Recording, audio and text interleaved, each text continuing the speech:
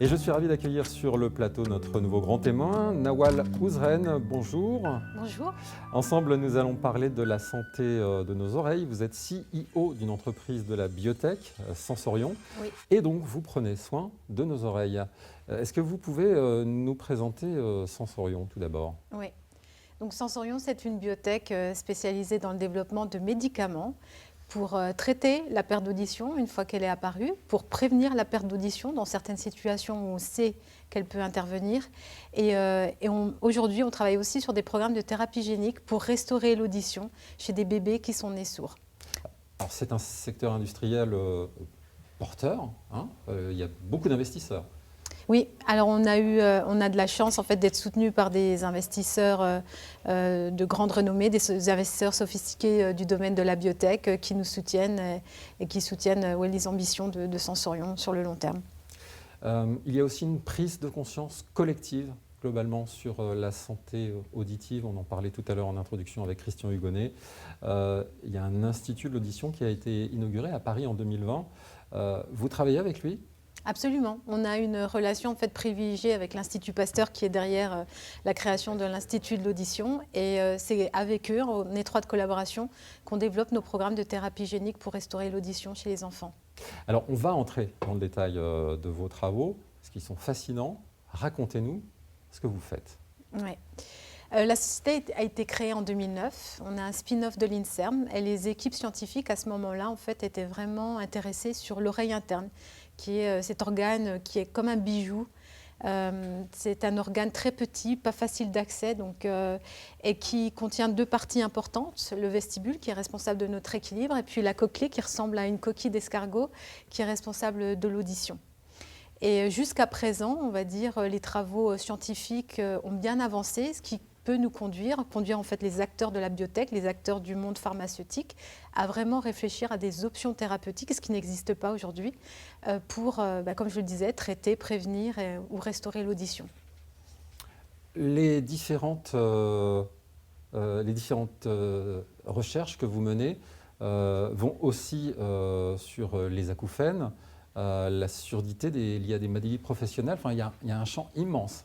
C'est un champ immense, exactement. C'est un champ où Sensorion est une des sociétés pionnières. Comme vous le disiez, les acouphènes, on a des produits aujourd'hui qui sont en études cliniques. Le premier qui est le plus avancé, c'est pour traiter la perte neurosensorielle soudaine, qui touche en particulier les personnes qui travaillent dans le domaine de la musique, les militaires, les policiers, les gens qui travaillent sur les chantiers. Donc c'est une maladie qui se développe en 72 heures et malheureusement les gens deviennent sourds de manière unilatérale et dans la plupart des cas c'est irréversible. Et ça a des impacts extrêmement graves sur la qualité de leur vie, parfois sur leur carrière. Et ce qu'on essaye de faire, en fait, c'est de traiter cette perte d'audition soudaine pour pouvoir préserver les cellules neurosensorielles, qui sont vraiment un capital rare et très précieux qu'on doit préserver autant que possible pour ces personnes-là. Et donc, on utilise un médicament qui est une pilule qu'on peut prendre pendant 28 jours après le trauma acoustique. Alors ça, c'est quelque chose que j'ai découvert naïvement en préparant ce forum. L'audition peut se traiter avec des médicaments. Oui. Moi, je pensais que les problèmes auditifs, les problèmes de surdité se traitaient de façon mécanique oui. avec les appareils, mais non. Exactement, c'est les grandes avancées scientifiques, notamment grâce à l'Institut Pasteur, qui est une des institutions académiques les plus renommées au niveau des avancées scientifiques dans le domaine de l'audition. Qu'est-ce qui fait qu'aujourd'hui, on peut vraiment considérer des approches médicamenteuses pour l'audition ? C'est l'oreille interne, en fait, elle est composée de cellules neurosensorielles et il y a un très très petit nombre. On est né, quand on est tous nés, avec 3500 cellules ciliées internes et chacune de ces cellules, elles sont liées à une fréquence spécifique. C'est ce qui nous permet en fait d'apprécier la musique, c'est ce qui nous permet de reconnaître la voix de nos parents, la voix des membres de notre famille. Et ces cellules ne se régénèrent pas. Donc une fois qu'on en perd une, on perd la capacité d'entendre dans cette fréquence spécifique. Et on comprend de mieux en mieux en fait les mécanismes moléculaires qui font qu'on peut intervenir d'un point de vue pharmaceutique pour essayer de restaurer, comme je disais, les fonctions synaptiques ou bien de préserver la santé des cellules ciliées internes. Là, on est dans une phase de recherche. On peut espérer des progrès, des traitements. En combien de temps? Oui. Donc pour notre programme le plus avancé, on est en étude de phase 2B. Qu'est-ce que ça veut dire? Ça veut dire qu'on traite des patients. C'est une étude mondiale qui est faite dans 15 pays. On a 50 sites cliniques, on en a beaucoup en France. On aura les résultats de cette phase 2B à la fin de cette année. Donc ça va être un moment très important pour Sensorion. Et si ça se passe bien, ça veut dire qu'on aura du coup les autorisations pour faire la dernière étude clinique. On va vraiment évaluer l'efficacité et aussi la tolérance de ce produit médicamenteux. Et tout dépend en fait des résultats qu'on va obtenir à la fin de l'année pour la durée en fait des études cliniques. Mais je l'espère, dans 4-5 ans, on peut être sur le marché avec quelque chose de complètement innovant. Vous le disiez tout à l'heure, on parlait des acouphènes. J'ai lu un chiffre très impressionnant aussi là-dessus. 20 millions de Français qui ressentent des acouphènes. 6 millions qui précisent que ça leur arrive très souvent. C'était le résultat d'une enquête IFOP à l'occasion de la Journée mondiale de l'audition de 2020. Qu'est-ce qu'on peut faire pour eux? Et est-ce qu'il y a un espoir à court, moyen, long terme? Alors, les acouphènes, en fait, derrière le mot acouphène, il y a plusieurs maladies, malheureusement. Donc, on met tout dans ce seau-là. Mais très souvent, ce qu'on a constaté, on fait beaucoup de recherches au niveau des acouphènes. On n'a pas encore réussi à identifier en fait, le produit qui pourrait être produit miracle et vraiment aider ces gens. Parce que, comme vous le disiez, tous les jours, on reçoit en fait des messages de personnes qui souffrent d'acouphènes, des personnes qui souffrent de surdité, qui souhaitent savoir s'il y a des études cliniques pour pouvoir les aider, parce que ça impacte vraiment de manière très très grave leur qualité de vie. Alors nous, ce qu'on a identifié, c'est qu'il y a plusieurs types d'acouphènes. Il y a une sorte d'acouphène qui intervient immédiatement après la perte d'audition. Donc là, c'est un acouphène périphérique, c'est-à-dire que c'est vraiment lié à l'oreille. Et ce qui se passe, c'est que quand vous perdez l'audition, comme je le disais, la capacité d'entendre dans ces fréquences, le cerveau, en fait, il essaie de compenser et il crée ce son. Malheureusement, au bout d'un certain temps, en fait, ça devient central. C'est-à-dire que même si on éliminait complètement l'oreille interne, en fait, le cerveau crée de manière artificielle ce son. Et malheureusement, certaines personnes, c'est des sons très très élevés qu'ils entendent de manière quasi continue. Ça les empêche de dormir, ça les empêche de travailler.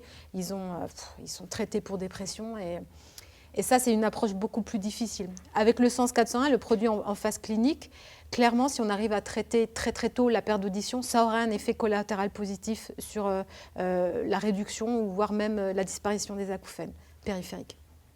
Un axe de recherche aussi qui est très important, et là aussi, c'est des choses qu'on découvre quand on n'est pas forcément dans le secteur comme vous. Ce sont les surdités ou les problèmes d'audition liés à des traitements de chimiothérapie. Absolument. Et ça, c'est aussi quelque chose qu'on ignore peut-être un petit peu, mais qui est très important à traiter. Exactement. Aujourd'hui, il y a 500 000 personnes en fait, qui vont souffrir de cancer ou qui souffrent de cancer chaque année et qui sont traitées avec des sels de platine en chimiothérapie. Et un des effets indésirables à la fin de la chimiothérapie, c'est la perte d'audition. Alors c'est vrai que quand on dit à une personne, vous êtes diagnostiqué avec un cancer, le premier réflexe, c'est on essaye de résoudre ce problème le plus rapidement possible et toutes les approches thérapeutiques sont les bienvenues. Par contre, avec le temps, on s'est rendu compte que la perte d'audition comme effet collatéral était vraiment compliqué, notamment pour les enfants, parce que ça impacte en fait leur développement à l'école. Pour ceux qui n'avaient pas en fait commencé à apprendre à lire ou à écrire, ils ne peuvent plus apprendre à lire ou à écrire à cause des pertes d'audition. Pour les personnes plus âgées, en fait, on s'est rendu compte que du coup, ça impactait leur interaction sociale. Du coup, ils sont moins stimulés de manière cognitive. Et il y a des publications qui ont démontré que ça accélérait en fait la démence, les maladies d'Alzheimer.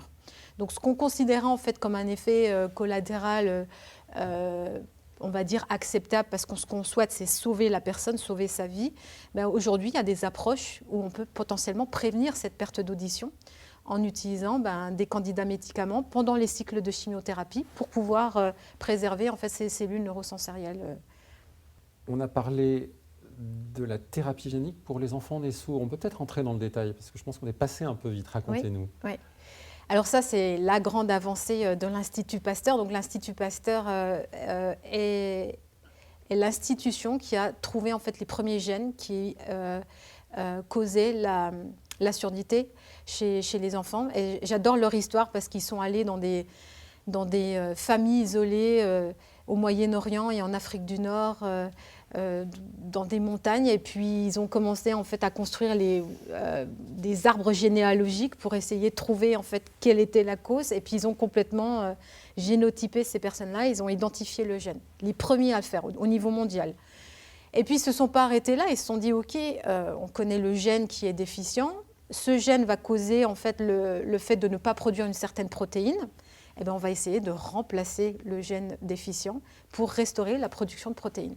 Et c'est ce qu'ils ont fait. Ils ont publié ces données en 2019. Ça a créé un buzz incroyable dans la communauté scientifique parce qu'ils ont démontré, en tout cas dans des modèles animaux, ils sont passés d'une souris qui était complètement sourde à une souris qui entendait de nouveau parce qu'ils arrivaient à restaurer une protéine, l'autoferline, dans les cellules cibles. Ça, c'est une avancée majeure.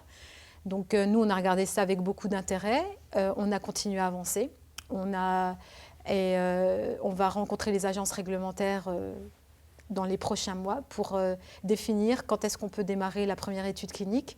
Et on veut faire une belle histoire française. Donc l'Institut Pasteur qui a trouvé le gène, qui a développé la première thérapie génique, Sensorion, la biotech française qui va le développer. Et on voudrait que ça soit un chirurgien de Necker, une femme notamment qu'on a en tête, qui ferait la première injection de thérapie génique au niveau mondial pour restaurer l'audition chez ces enfants-là. À l'heure où on parle, en fait, l'hôpital Necker, ils font ce qu'on appelle une étude d'histoire naturelle, c'est-à-dire que maintenant, de manière systématique, ils vont génotyper, ça veut dire identifier en fait tous les gènes qui causent les surdités à la naissance. Et du coup, ça leur donne une plateforme pour parler aux parents, leur expliquer en fait les nouvelles avancées de médecine et potentiellement avoir des volontaires pour les études cliniques. Et les perspectives, c'est difficile aujourd'hui de donner une perspective de succès. Alors les perspectives de succès, on verra.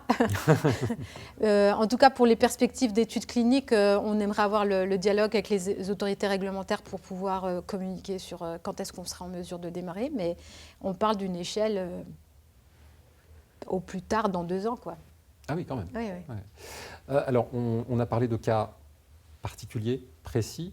Mais on est tous concernés par les problèmes potentiels d'audition.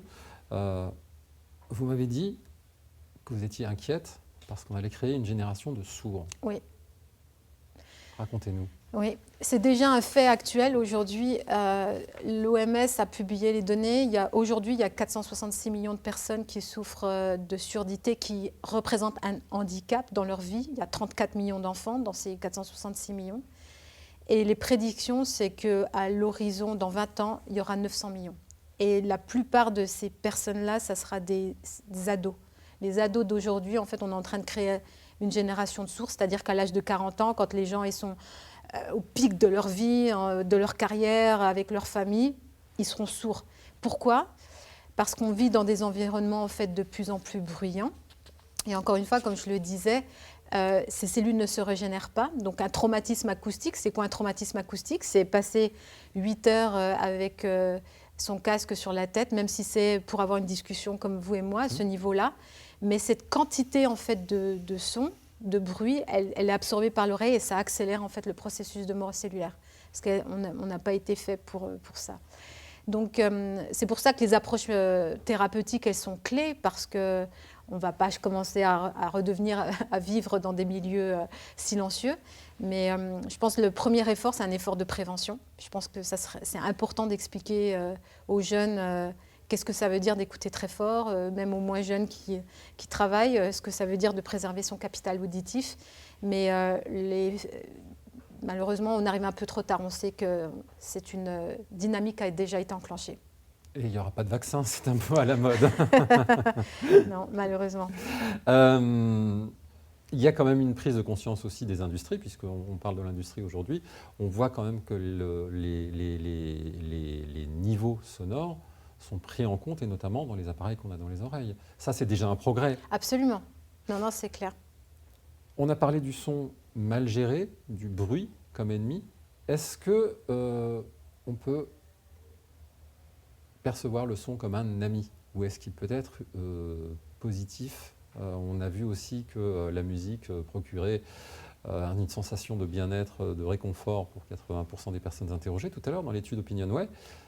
Vous voyez ça aussi comme ça? Il y a des travaux de recherche, il y a dans le milieu scientifique des choses pour utiliser le son positivement? Absolument. Le son, c'est comme en fait, c'est comme pour tout. Il y a le pile et face, le yin et le yang. Le son peut avoir une approche heureuse, voire même thérapeutique, positive. Et il y a beaucoup de travaux. On sait que, par exemple, justement, pour les enfants qui sont malades ou même dans les EHPAD, écouter de la musique, certaines atmosphères en fait, de son peuvent générer un bien-être qui va du coup aider à la guérison de ces personnes-là. Le rôle de Sensorion dans cette chaîne qui est extrêmement clé, c'est de préserver cette capacité d'audition pour pouvoir justement bénéficier de ces sons qui pourraient avoir un effet thérapeutique. Donc on a tous un lien hyper important en fait dans cette chaîne. Et nous, c'est de vraiment préserver cette capacité auditive. Même pendant la crise du Covid, en fait, elle a révélé que nous, les hommes, avec un grand H, on a un être profondément social.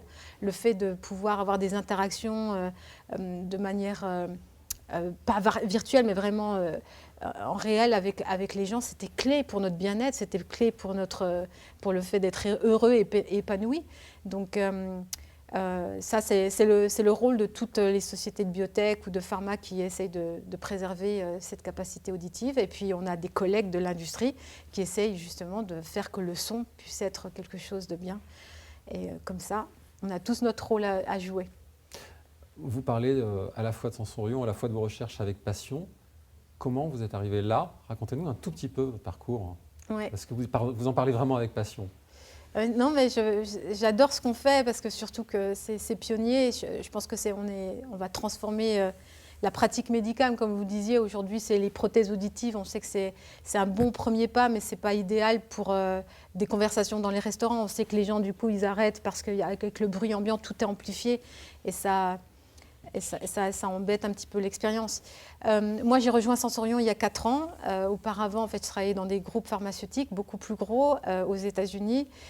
Toujours dans les maladies rares, donc j'ai toujours travaillé avec les équipes médicales, avec les associations de patients pour transformer les pratiques médicales dans des populations qui étaient pas, on va dire, en haut de la liste, parce que c'était des toutes petites populations, mais souvent des maladies très très graves.